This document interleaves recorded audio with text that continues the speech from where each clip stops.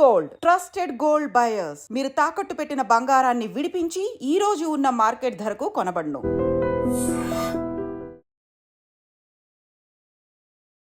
Welcome to ఐడ్రన్. నేను మీ భవ్య. ఈ capital మార్కెట్స్లో ఇన్వెస్ట్మెంట్స్ చేయొచ్చు అంటారు, బట్ రిస్క్ ఉంటుంది అంటారు. మరి రిస్క్ ఉన్నప్పుడు ఇన్వెస్ట్మెంట్ ఎందుకు చేయాలి అనే సందేహం మనకు రావచ్చు. ఈ సందేహాలను క్లియర్ చేయడానికి మన ముందు mutual fund distributor Bonigala Solman sir ఉన్నారనమాట. సార్ని అడిగి ఆ డీటెయిల్స్ ఏంటో తెలుసుకుందాం. నమస్తే సార్, ఎలా ఉన్నారు సార్? నమస్తే అమ్మా, బాగున్నామ్మా. సార్, ఈ క్యాపిటల్ మార్కెట్లో మేము ఇన్వెస్ట్ చేస్తే బాగుంటుంది, కామన్ మ్యాన్ కూడా ధనవంతులు అవ్వచ్చు అని చెప్పారు. బట్ ఇన్వెస్ట్ చేస్తే రిస్క్ అంటున్నారు. మరి రిస్క్ ఉంటే మేము ఎలా చేయాలి సార్, ఎందుకు చేయాలి అని అంటున్నారు. మరి దీనికి మీ సమాధానం? మంచి క్వశ్చన్ అడిగావమ్మా భవ్య. ఇప్పుడు రిస్క్ అంటే ఏమిటమ్మా? అంటే మనం పెట్టింది పోతుందేమో, లేకపోతే అనుకున్న లాభం రాదేమో అనే భయం. ఇప్పుడు చూడండి అమ్మా, ఇప్పుడు మనం బ్యాంక్స్లో ఎఫ్డి పెట్టామనుకోండి, ఫిక్స్డ్ డిపాజిట్ ఎంత వస్తుందమ్మా సుమారుగా? సుమారు మనం పెట్టిన దానికి ఒక 15-20% వస్తుందా సార్? లేదు, 6% లేదా 7%. అంటే ₹1,00,000 పెడితే సంవత్సరంకి 6,000. ఓకే. కొన్ని బ్యాంక్స్ అయితే 7,000 ఇస్తాయి. ₹100 పెడితే ₹6. దాన్ని 6%. మంత్లీ లెక్కేస్తే ₹1/2 వడ్డీ. 12% అంటే మంత్లీ లెక్కేస్తే ₹1 వడ్డీ. అంటే ₹1,00,000 పెడితే సంవత్సరం తర్వాత 12,000 వస్తే అది 12% అని అర్థం. కానీ బ్యాంక్స్లో ఎంత ఇస్తారు? 6%, 7% ఇస్తారు.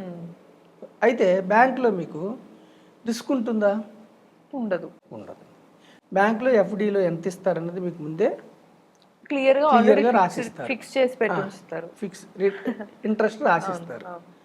మీ డబ్బుల్ని, అంటే మనలాంటి సామాన్యమైన ప్రజలు దాచుకున్న డబ్బుల్ని ఏం చేస్తారంటే వాళ్ళు ప్రాజెక్టులకు అప్పివ్వటం కానీ, గవర్నమెంట్స్కి అప్పివ్వటం కానీ, పెద్ద పెద్ద ఇండస్ట్రియలిస్ట్కి అప్పివ్వటం కానీ, కంపెనీస్కి అప్పివ్వటం కానీ చేస్తారు. ఓకేనమ్మా. వాళ్ళు అక్కడ నుంచి ఎక్కువ వడ్డీ తీసుకుంటారు, మనకు మాత్రం మనకు రాసిచ్చిన వడ్డీ మనకి ఇస్తారు. అవును. ఓకేనమ్మా. అయితే వాళ్ళు ఏమైనా ఎగ్గొట్టినా ఏం చేసినా రిస్క్ బ్యాంక్ చూసుకుంటుంది. వాళ్ళ దగ్గర ఎలా తీసుకోవాలి ఏంటి ఏమిటని. సో మనకి ఇక్కడ మీకు ఎఫ్డి చేస్తే రిస్క్ ఏమీ ఉండదు. ఎఫ్డిలో ఏమి రిస్క్ ఉంటుందంటే, సపోజ్ మీరు ఒక బ్యాంకులో ₹1,00,00,000 ఇన్వెస్ట్ చేశారమ్మా, ₹1,00,00,000 డిపాజిట్ చేశారు. ఇన్వెస్ట్మెంట్ కాదు, డిపాజిట్ చేశారు.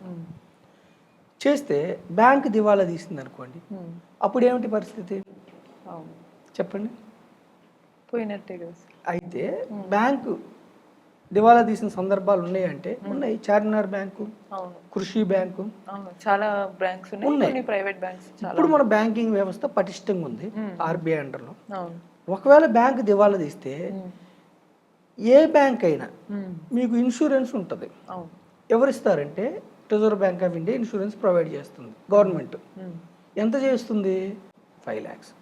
మీరు ఎంత డబ్బునే బ్యాంకులు పెట్టండి అమ్మా, 5 lakhs మాత్రమే ఇన్సూరెన్స్. అంటే ఎక్కడ ఎక్కువ రిస్క్ ఉన్నట్టు? 5 లక్షల పైన డిపాజిట్ చేస్తే బ్యాంకులో రిస్క్ ఎక్కడున్నట్టు? బ్యాంకులో రిస్క్ ఉందా లేదా? ఎప్పుడు ఉంది? ఒక బ్యాంకులో 5 లక్షల కంటే ఎక్కువ చేస్తే, ఒకవేళ బ్యాంకు దివాలా తీస్తే, ఎన్పిఎస్ పెరుగో ఇంకొకటో అయితే రిస్క్ ఉందా లేదా?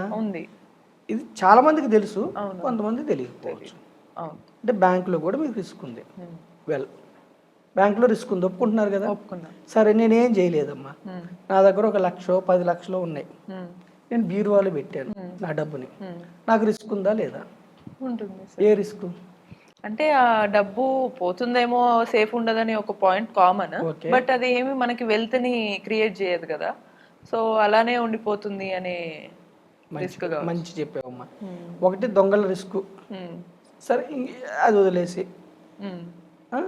రెండో రిస్క్ ఏమిటంటే, మీరు వెల్త్ క్రియేట్ చేయలేదు అన్నారు కదా, మంచి అండర్స్టాండింగ్.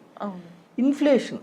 ఇప్పుడు నేను ఈ సంవత్సరం 1,00,000 పెట్టాను, ₹1,00,000 నాకు ఈ సంవత్సరం ఏ వస్తువులు అయితే వస్తాయో, నెక్స్ట్ ఇయర్ నేను ఆ వస్తువులు కొనుక్కోవాలంటే 1,07,000 అవుతాయి, లేదా 1,06,000. ఇన్ఫ్లేషన్ అనేది ప్రతి సంవత్సరం ద్రవ్యోల్బణం పెరుగుతుంది, డిమాండ్ అండ్ సప్లైని బట్టి. పంటలు సరిగ్గా పండకపోవటం వల్ల, లేకపోతే ఏదైనా వస్తువులు రీసెర్చ్ అండ్ డెవలప్మెంట్. ఎగ్జాంపుల్ మనం గోల్డ్ తీసుకున్నా కూడా అంతే. గోల్డ్ ఒక్కోసారి తగ్గొచ్చు కూడా. అంటే గోల్డ్ అనేది మార్కెట్స్ని బట్టి ఉంటుంది. ఒక్కోసారి పెరుగుతుంది, ఒక్కోసారి తగ్గుతుంది, ఒకసారి స్టేబుల్గా ఉంటుంది. మ్యాక్సిమం వస్తువులు ఏంటంటే, వాళ్ళు ప్రోడక్ట్లో రేట్లు పెంచుకోవడం కోసం ఇప్పుడు ఫోన్స్ ఉన్నాయి, ఫీచర్స్ పెంచుతూ ఉంటారు, రేట్లు పెంచుతూ ఉంటారు. వస్తువులు కూడా అంతే, ఫీచర్స్ పెంచుతూ ఉంటారు, రేట్లు పెంచుతూ, అంటే దాన్ని ఇన్ఫ్లేషన్. ఓకేనమ్మా. సో మనం బీరువాలోనే ఉంచామనుకోండి ఏం రిస్క్ లేదు అనుకుంటాం, కానీ మనకి ఏం రిస్క్ ఉంటుంది? ఇన్ఫ్లేషన్ రిస్క్, ద్రవ్యాలు. అంటే మనం ఇంకా పేదవారు అయిపోతాం. మనం 1,00,000 అలాగే బీరువాలో ఉంచితే వాటికి తర్వాత నెక్స్ట్ ఇయర్ 93,000కి సమానం, 7,000 పోతుంది మనకి. వాల్యూ తగ్గుతుంది ప్రతి సంవత్సరం. అయితే మనం ఏం చెప్తున్నామంటే, అందుకే ఏం చెప్తున్నాం, ప్రతి చోట రిస్క్ ఉంటుంది. ఇప్పుడు మనం రోడ్డు మీద వెళ్తుంటే రిస్క్, ప్రతి చోట రిస్క్ ఉంటుంది. అందుకే మనం ఏం చెప్తున్నాం అంటే, డబ్బులో కూడా, మనీలో కూడా మనకి పెద్దవాళ్ళు చిన్నప్పటి నుంచి ఏం నేర్పుతారంటే, మనీ అనగానే సేఫ్ సేఫ్ సేఫ్ అని నేర్పుతారు. సేఫ్ అనటం వల్ల ఏం చేస్తాం మనం, బ్యాంక్స్లో, సంప్రదాయమైన బ్యాంక్స్లో, సాంప్రదాయమైన పద్ధతులతో ఎప్పుడు అలవాటు ఉన్న వాటికి ఆర్డి సేవింగ్స్. అవును, కొంచెం మైండ్ సెట్ మార్చుకోమంటారు. కొంచెం మైండ్ సెట్ మార్చుకొని, ఇప్పుడు క్యాపిటల్ మార్కెట్స్ కంపెనీస్లో ఓనర్షిప్ ఇస్తున్నారు. ఓనర్షిప్ ఇస్తే ఏమిటి లాభం? మరి కంపెనీకి లాభం వస్తుంటే మనకి డివిడెండ్స్ ఇస్తారు. మరి ఈక్విటీ మ్యూచువల్ ఫండ్స్లో డివిడెండ్స్ రావాలంటే వస్తాయి, మనకి యాడ్ అవుతూ ఉంటుంది. కంపెనీస్కి లాభాలు వస్తే క్యాపిటల్ అప్రిసియేషన్ అవుతుంది. ఓవర్ ఏ లాంగర్ పీరియడ్లో ధనవంతులు అవడానికి అవకాశం ఉంటుంది. అయితే ఓనర్షిప్ ఎప్పుడు రిస్క్తో కూడి ఉంటుంది. మీరున్నారమ్మా, ఒక బ్యూటీ పార్లరు, ఒక హోటలో, లేదంటే ఒక హాస్పిటల్లో పెట్టారనుకోండి. సపోజ్ మీరే ఎంటర్ప్రెన్యూర్, మీరే, లేదంటే ఒక టెలివిజన్ ఛానల్, మీరే ఓనర్. ఓనర్కి రిస్క్ ఉంటుంది, లాభం ఉంటుంది లేదా నష్టం ఉంటుంది. ఎంప్లాయీకి రిస్క్ ఉంటుంది. ఇది మనం ఏం చెప్తున్నామంటే, మధ్యతరగతి ప్రజల్ని రిస్క్ తీసుకోండి, క్యాపిటల్ మార్కెట్స్లోకి రండి, కంపెనీలో ఓనర్స్ రండి. రిస్క్ ఎంతకాలం ఉంటుందంటే, షార్ట్, మనం ఈక్విటీస్లో గత చరిత్ర ఆధారంగా, అదే అమెరికాలో అయితేనేమో 1800 నుంచే క్యాపిటల్ మార్కెట్స్ ఉన్నాయి. 1800 ఆ టైం నుంచే కంపెనీలో ownership, stock markets 1929 biggest correction ప్రపంచంలోనే అట్లా ఉన్నాయి. మన దగ్గర మాత్రం సెన్సెక్స్ 79లో స్టార్ట్ అయింది, 100 పాయింట్ల దగ్గర. ఎన్ని ఒడిదుడుకులు వచ్చినా, ఎన్ని సంకీర్ణ ప్రభుత్వాలు చూసారు మనం. రాజీవ్ గాంధీ గారు, ఇందిరాగాంధీ, ఇద్దరు ప్రధానమంత్రులు చంపబడ్డారు. దేశ ప్రధానికే రక్షణ లేక చంపబడితే కూడా మన స్టాక్ మార్కెట్ మళ్ళీ పుంజుకున్నాయి. కార్గిల్ వార్, పాకిస్తాన్తో కార్గిల్ వార్ చూసాం మనం. ఓకేనమ్మా. మన 5th largest economy in the world. ఎన్ని ఒడిదుడుకులు ఉన్నా కానీ మన దేశానికి ఉన్న పెద్ద అడ్వాంటేజ్ ఏంటంటే, హైయెస్ట్ పాపులేషన్ 140 crores, కన్సంప్షన్ ఎక్కువ, యూత్ ఎక్కువ, 50% పైన యూత్ ఉన్నారు మన దేశంలో. సో మన దేశం గ్రోయింగ్ ఎకానమీ. ఒక 10 to 15 yearsలో వికసిత్ భారత్, ప్రపంచంలోనే మన దేశం బిగ్గెస్ట్ ఎకానమీ అవ్వబోతుంది. సో ఇన్ని రోజులు మనకి హిస్టరీ లేదు. ఇప్పుడు మనకి డిజిటలైజేషన్ వల్ల మీకు గూగుల్లో కొట్టి చూశారంటే మీకు తెలిసిపోతుంది. అందుకే మనం ఏం చెప్తున్నాము, కేవలం బ్యాంక్స్ని దాచుకోవటమే కాకుండా, కేవలం బీరువాల్లో దాచుకోవటం కాకుండా, చిట్ ఫండ్స్ ఇవి కాకుండా, పోస్ట్ ఆఫీసులు కాకుండా, సంప్రదాయమైన సేవింగ్స్ని వదిలిపెట్టి రిస్క్ మనస్తత్వం అర్థం చేసుకొని ఈక్విటీస్ వైపు రండి. కంపెనీస్లో ownership, equity mutual funds. Equities కూడా ఒకే కంపెనీ, ఇప్పుడు ఎంఆర్ఎఫ్ కంపెనీ ఉందమ్మా, మోర్ దాన్ 1,00,000 ఒక షేరు. డైరెక్ట్ ఒకే కంపెనీ కొనుక్కోవాలంటే మీకు పెద్ద మొత్తంలో డబ్బు కావాలి. కొన్ని కంపెనీ షేర్లు 10,000 ఉన్నాయి, కొన్ని 20 ఉన్నాయి. ఆ కంపెనీలు ఏం జరుగుతుందో మీకు అర్థం కాదు. అందుకే మనకి దేశం ఇచ్చిన వరం, సెబీ ఇచ్చిన వరం, equity, diversified equity mutual fund. Diversified అంటే వివిధ రంగాల్లో పెట్టేది. సో మనం ఏం చేస్తాం, రిస్క్ తీసుకునే మనస్తత్వాన్ని అర్థం చేసుకుంటే, ఇన్ని రోజులు మీరు ఎవరి కోసం పనిచేశారు? ఎంప్లాయర్ కోసం, అంటే మీ యజమాని కోసం, బిజినెస్ కొంత సంపాదించుకున్నారు. ఇక నుంచి మీ గురించి పని చేసుకోండి, మీ కుటుంబం గురించి పని చేయండి. ఎప్పుడు పని చేయాలంటే, మీకు వచ్చిన డబ్బుని మీకోసం పని చేయాలి. మీకు వచ్చిన డబ్బు మీకు ఎంప్లాయ్ కావాలి, మనకు వచ్చిన డబ్బే మనకి ఎంప్లాయ్ కావాలి, మీకు ఆదాయం తెచ్చిపెట్టాలి. అది ఎప్పుడు సాధ్యం అంటే ఇన్వెస్ట్మెంట్. ఎక్కడ investment? Diversified equity mutual funds ఉన్నాయి, రియల్ ఎస్టేట్ కూడా ఉన్నాయి. రియల్ ఎస్టేట్ నేను డిస్కరేజ్ చేయట్లేదు, కానీ పెద్ద మొత్తంలో కరెక్ట్, పెద్ద మొత్తంలో కావాలి. రియల్ ఎస్టేట్లో కూడా చేసుకోండి. లిక్విడిటీ ప్రాబ్లం రియల్ ఎస్టేట్లో పెద్ద సమస్య ఏమిటంటే, అక్కడ ఉన్న విలువ కంటే మనకు అవసరం వచ్చినప్పుడు అమ్మాలనుకున్నప్పుడు ఆ విలువను తగ్గించేస్తూ ఉంటారు. నాకు అవసరం కాబట్టి తక్కువ అడుగుతారు. ఇక్కడ అట్లా కాదు, నీకు ఈరోజు ఏ రేటు చూపిస్తే ఆ రేటుకి అమ్మేయచ్చు. ఓకేనమ్మా. గోల్డ్లో కూడా ఇన్వెస్ట్ చేసుకోండి. అయితే గోల్డ్, పిఎఫ్లు ఏంటంటే తక్కువ రిటర్న్స్ వస్తున్నాయి. ఈక్విటీస్లో రిస్క్ ఉంటుంది. రిస్క్ అంటే జీరో, డైరెక్ట్ స్టాక్స్లో జీరో అయ్యే అవకాశం ఉంది.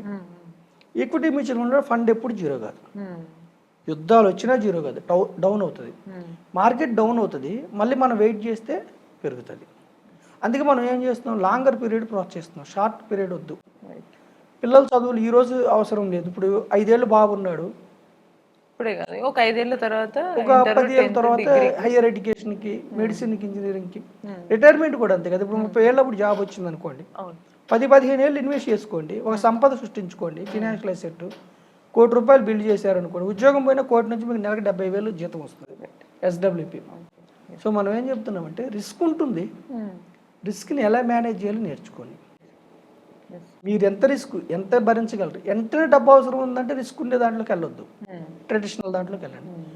టైం ఉంది మీకు, టైం వెయిట్ చేయగలను అనుకుంటే రిస్క్ని మేనేజ్ చేసేలాగా రిస్క్ తీసుకొని క్యాపిటల్ మార్కెట్స్, స్టాక్ మార్కెట్స్, కంపెనీస్లో ఓనర్షిప్ తీసుకుంటే మధ్యతరగతి వారు, పేదవారు, ఏ ప్రాంతం వారైనా, పల్లెటూరు ప్రజలైనా సరే దుర్భేద్యమైన కంపెనీస్లో మీరు ఓనర్స్ అవుతారు, ధనవంతులు అవడానికి అవకాశం ఉంది.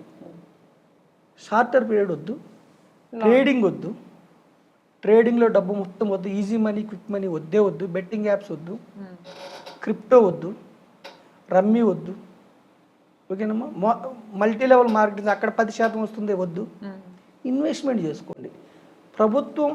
ప్రభుత్వం పర్మిషన్ ఇచ్చిన, సెబీ ద్వారా పర్మిషన్ ఇచ్చిన కంపెనీస్లో ఇన్వెస్ట్మెంట్ చేసుకోండి. పబ్లిక్ రైట్ రాయల్గా పబ్లిక్ లిమిటెడ్ కంపెనీస్లో ఓనర్స్ అయితే ఈక్విటీ మ్యూచువల్ ఫండ్ ద్వారా 50 నుంచి 60 కంపెనీలో ఓనర్ అవుతారు.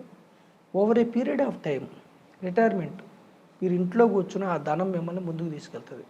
సో మన iDream ద్వారా మనం మధ్యతరగతి ప్రజలను కానీ ప్రతి వాళ్ళను కూడా మీరు ఈ డిఫరెన్స్ తెలుసుకొని ఫినాన్షియల్గా ముందుకెళ్ళమని మరీ కోరుకుంటున్నాను. సో చూసారు కదా సార్, చాలా డీటెయిల్గా చెప్పారు. ఇంకా అందులో మనం ప్రత్యేకంగా చెప్పే అవసరం అయితే లేదు. ఇలానే మరిన్ని డీటెయిల్స్, ఫైనాన్షియల్ ఎడ్యుకేషన్ మీకు కావాలి అనుకుంటే కీప్ వాచింగ్ iDream.